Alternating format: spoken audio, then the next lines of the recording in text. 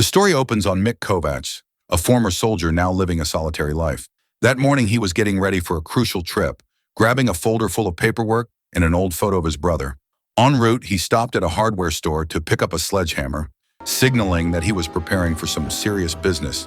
His journey ended in front of a dilapidated recycling factory, an old building that clearly held a dark secret. Upon arrival, a worker tried to turn him away. However, Mick identified himself as the older brother of Laszlo. The worker immediately reported the presence of Mick to his boss, Renda. When Mick finally got face-to-face with Renda, he laid out his reason for the visit. He was demanding compensation for the death of his brother, Laszlo, who supposedly died in a work accident at the factory. He showed Renda the official death benefit claim documents, which stipulated that Laszlo's family was owed $127,500. But instead of honoring the obligation, Renda simply laughed him off and started insulting Mick. Despite the humiliation, Mick was rock solid, refusing to leave without the compensation money. An enraged Renda ordered his men to drag Mick out and beat him senseless. But this backfired. Armed with combat experience, Mick immediately fought back, managing to paralyze several of Renda's goons. Unfortunately, Renda snuck up on him from behind, pointing a gun directly at him. Cornered, Mick had no choice but to surrender. Renda then called the police and had Mick charged with assault and attempted murder. Mick was formally arrested. At the police station, he met Detective Borelli and her partner, Agent Langley. They suspected Laszlo's death was linked to an illegal smuggling operation. Mick was blindsided to learn his brother's death was not an accident, but a murder. Detective Borelli suddenly offered him a deal.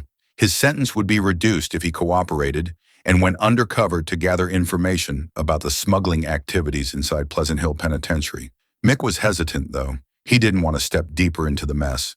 But eventually, sometime later, Mick was transferred to Pleasant Hill, a remote facility in the notorious Death Block 13. Like any new arrival, Mick immediately faced taunts and hostility from the old hands. As he entered his cell, an inmate gave him a stern warning to keep his mouth shut and dig in his heels if he wanted to have any hope of surviving. Mick was left puzzled by the ominous advice. Shortly after, a guard ordered all the inmates back into their cells to be immediately locked down. That evening, 3 night guards forcibly dragged Mick out. They subjected him to a vicious beating, shocking him repeatedly with an electric baton until his screams of pain cut through the night air. The other prisoners just laughed at the sounds, fully aware that Mick had become the guards' new target.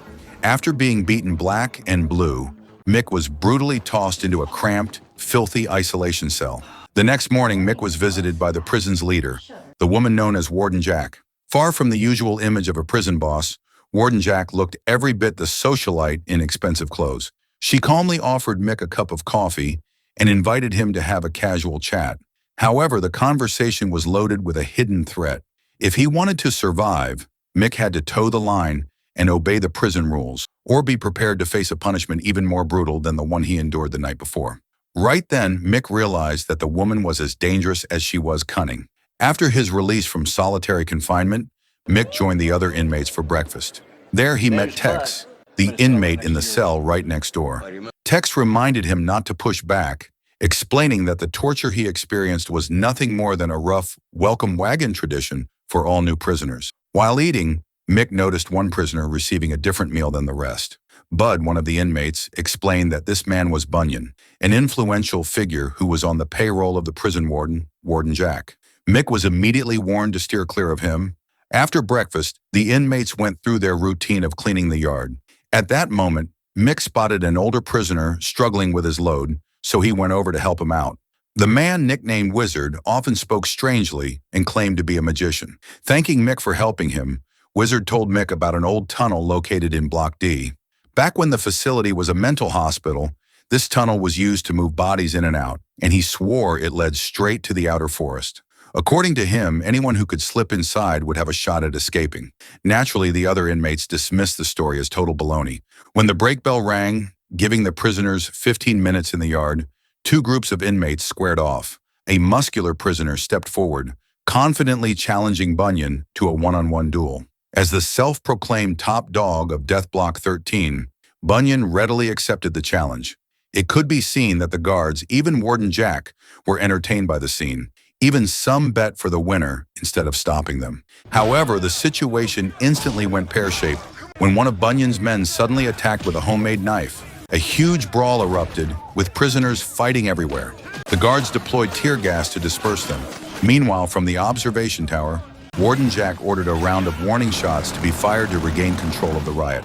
The next day, Mick was working in the storage warehouse alongside an inmate named Greenhorn. A sack suddenly fell, spilling its contents and revealing smuggled goods hidden inside. They quickly covered it up, desperate to keep the guards from finding out what they'd stumbled upon. Not long after, Mick received a visit from Detective Borelli. She was eager to know if Mick had gathered any intel. Mick cautiously reported that he had discovered the smuggling operation, which was being run through shipments from Renda's company. Hearing this, Borelli promised to work on securing Mick's parole.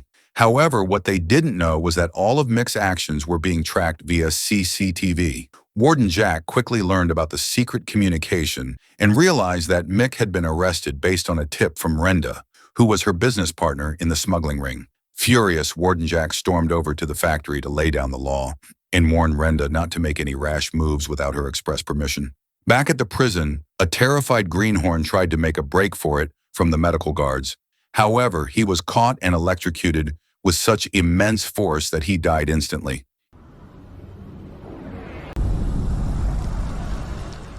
His body was left as a morbid display overnight before finally being removed the following day. While the other inmates went to breakfast, Mick was forced to clean up Greenhorn's bloodstains. At that moment, Warden Jack approached Mick and offered him a deal, promising to lighten his sentence if he agreed to work for her. But her real intention was transparent. She simply wanted to frighten Mick into submission and get him to back off the smuggling operation. To keep the prison stable, Warden Jack had even cut a deal with Bunyan, the top dog of Block 13, to ensure he maintained control. Even Bunyan, who was known for his cruelty, looked shaken when faced with Warden Jack's threat. The next day, Bunyan started messing with Mick by deliberately dropping his own food and then falsely accusing Mick of it in front of the other prisoners. Mick refused to be silenced and immediately challenged him, making Bunyan see red. One of Bunyan's men joined in the mocking, but Mick quickly shut him down with a hard elbow, making the man's mouth bleed. Seeing that, Tex immediately warned Mick that he had now become Bunyan's primary target. Sure enough, while they were working in the warehouse, Bunyan attacked Mick. A fierce, gloves-off brawl immediately exploded in the warehouse. Mick was on the verge of winning, getting his hands around Bunyan's neck. Just as he was tightening his grip, Warden Jack appeared and threw a heavy metal chain at Bunyan. Armed with this new weapon, Bunyan launched another attack, but Mick quickly adapted to the new dynamic, grabbing a wooden board to shield himself. In the end, Mick managed to flip the script, strangling Bunyan again, this time with the chain. However, Mick made a conscious choice to pull back from the brink and let him live. He was determined not to descend into the same kind of monster as Renda or Warden Jack. This decision irked some of the prisoners, who were hoping to see Bunyan permanently removed from power. Enraged, Warden Jack then ordered her assistant to immediately throw both Mick and Bunyan into solitary confinement. Not long after they were locked away, Doctor entered Mick's cell carrying a syringe, clearly intending to inject him. But before he could administer the shot, Bunyan suddenly appeared from behind and quickly neutralized the doctor. It turned out Mick and Bunyan had secretly buried the hatchet and were plotting an escape. At the same time, the other prisoners across the block were also gearing up to rebel against the guards. Warden Jack, watching the initial scuffles on CCTV, snapped, yelling an order to her men to kill all the fighting inmates. Mick and Bunyan made their way to the prison chapel, searching for a possible way out. The door was locked, though, and the key was in the possession of a nearby guard. They were forced to fight him hand-to-hand to secure the key.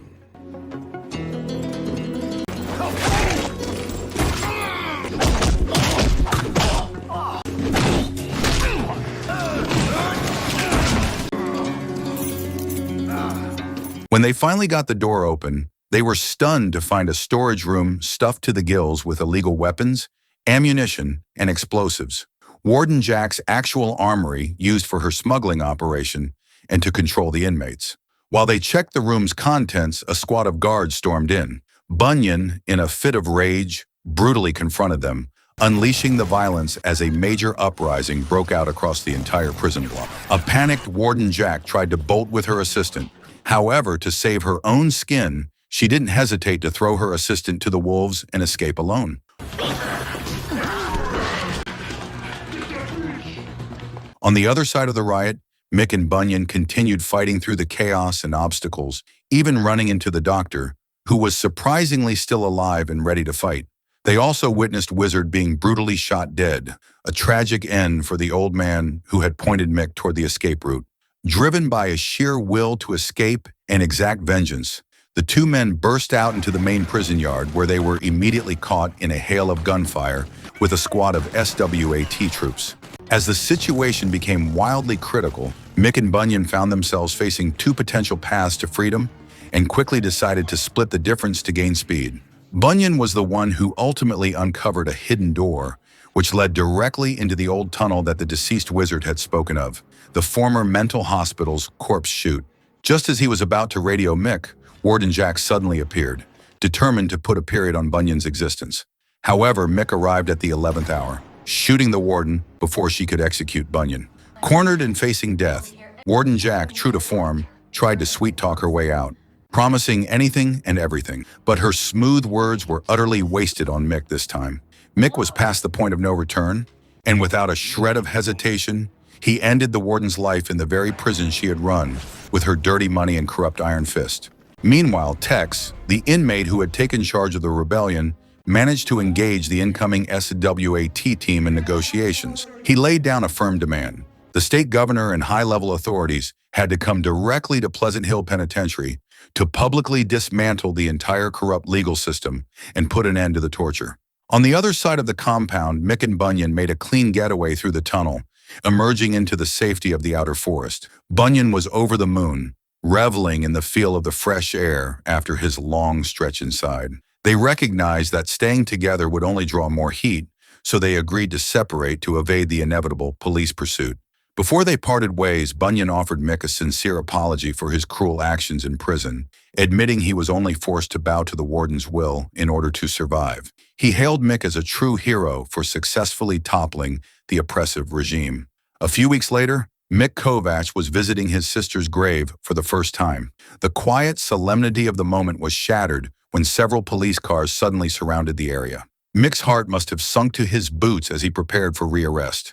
However, Detective Borelli and Agent Langley stepped forward to calm him down with some good news. Mick's fugitive status had been completely lifted. Thanks to his help, the police had successfully dismantled the largest smuggling syndicate in America, and the governor had agreed to drop all charges against Mick.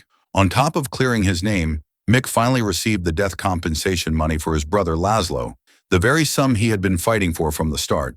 Agent Langley even extended him an offer for a job with the government, though Mick was hesitant, stating he wanted to focus on looking after his family first.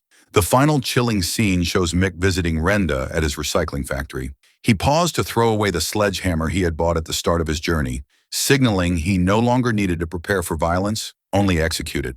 With a menacing growl, Mick forced Renda to confess all his crimes. Without wasting another second, Mick brutally tied Renda to a grinding machine that was running.